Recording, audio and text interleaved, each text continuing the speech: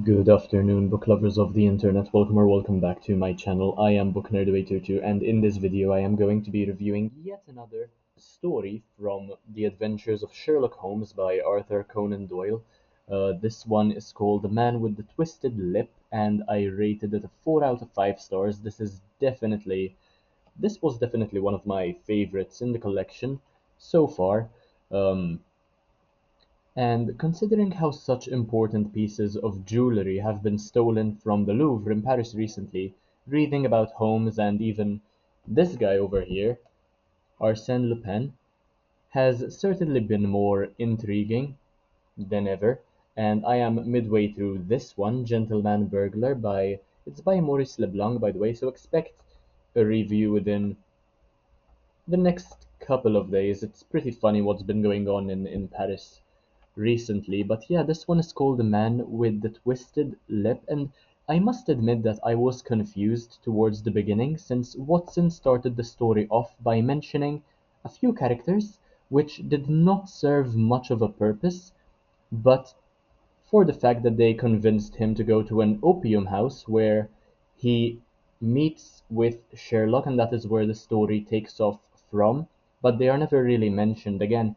Apparently, the moral of this adventure is that being a beggar is not at all a bad job to have. In fact, you can make a lot of money by begging on the streets for hours on end every single day. This one reminded me of A Case of Identity in the sense that, and there will be a couple of spoilers here. So, yeah, the missing person and the person imprisoned for the crime are the same entity. Um, there is Neville St. Clair, who only had in mind to collect data and did not wish to embarrass his family, his wife, and his kids by taking on the role of a beggar when he'd had such a brilliant education growing up and a good reputation, I would imagine, as well. This was certainly one of the better stories in this collection so far, and I was also reminded of Count Olaf from A Series of Unfortunate Events by Lemony Snicket, or Daniel Handler, if you want to be more technical, because he too loves disguises and consistently has ulterior motives. And I was also confused with regard to how apparently bodies don't tend to float, but clothes do. Not that I know much about the subject, but as far as I know, bodies can sometimes float, especially if they're not filled with water. It's all about density, and same thing with clothing. I would imagine it depends on how much water they absorb.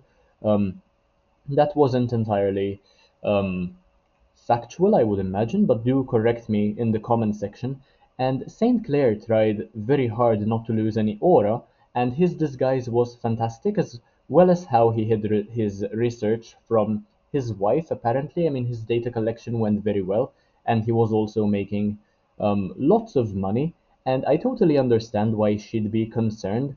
However, and she spoke with Sherlock, who initially gave her the bad news that he was probably dead. Then she showed him a letter which she'd received, um, his hand in writing, by the way, just a couple of days um, earlier, and yeah, that indicated that he was still alive. There was still hope after all, and it apparently all clicked in Sherlock's mind within a couple of hours, overnight, while Watson was fast asleep, just drifting away, and all it took was Sherlock and a wet rag or a sponge to solve the problem at hand. He wiped St. Clair's face. It had a lot of dirt on it and a lot of makeup, and yeah, I mean, the problem was solved.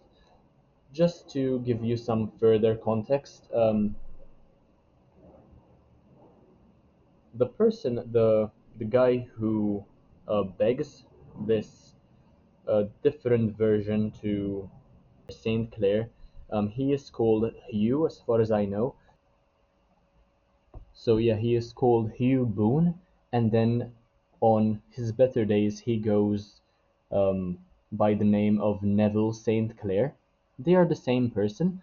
But anyway, opium also ultimately did not seem to play much of a role, considering that the story mostly had to do with an opium house, and that is where Neville was staying. And same thing with his other identity altogether. They were staying at this house in order to avoid the family and to not lose aura. But anyway, that is all I had to say about The Man with the Twisted Lip by Arthur Conan Doyle, yet another Sherlock Holmes adventure. If you enjoyed this video, make sure to leave a like, comment, share, subscribe. Take a look at the rest of my content because why not? It's absolutely amazing. Thank you all so much for watching, and I'll see you in the next one, hopefully very, very soon. Bye, guys.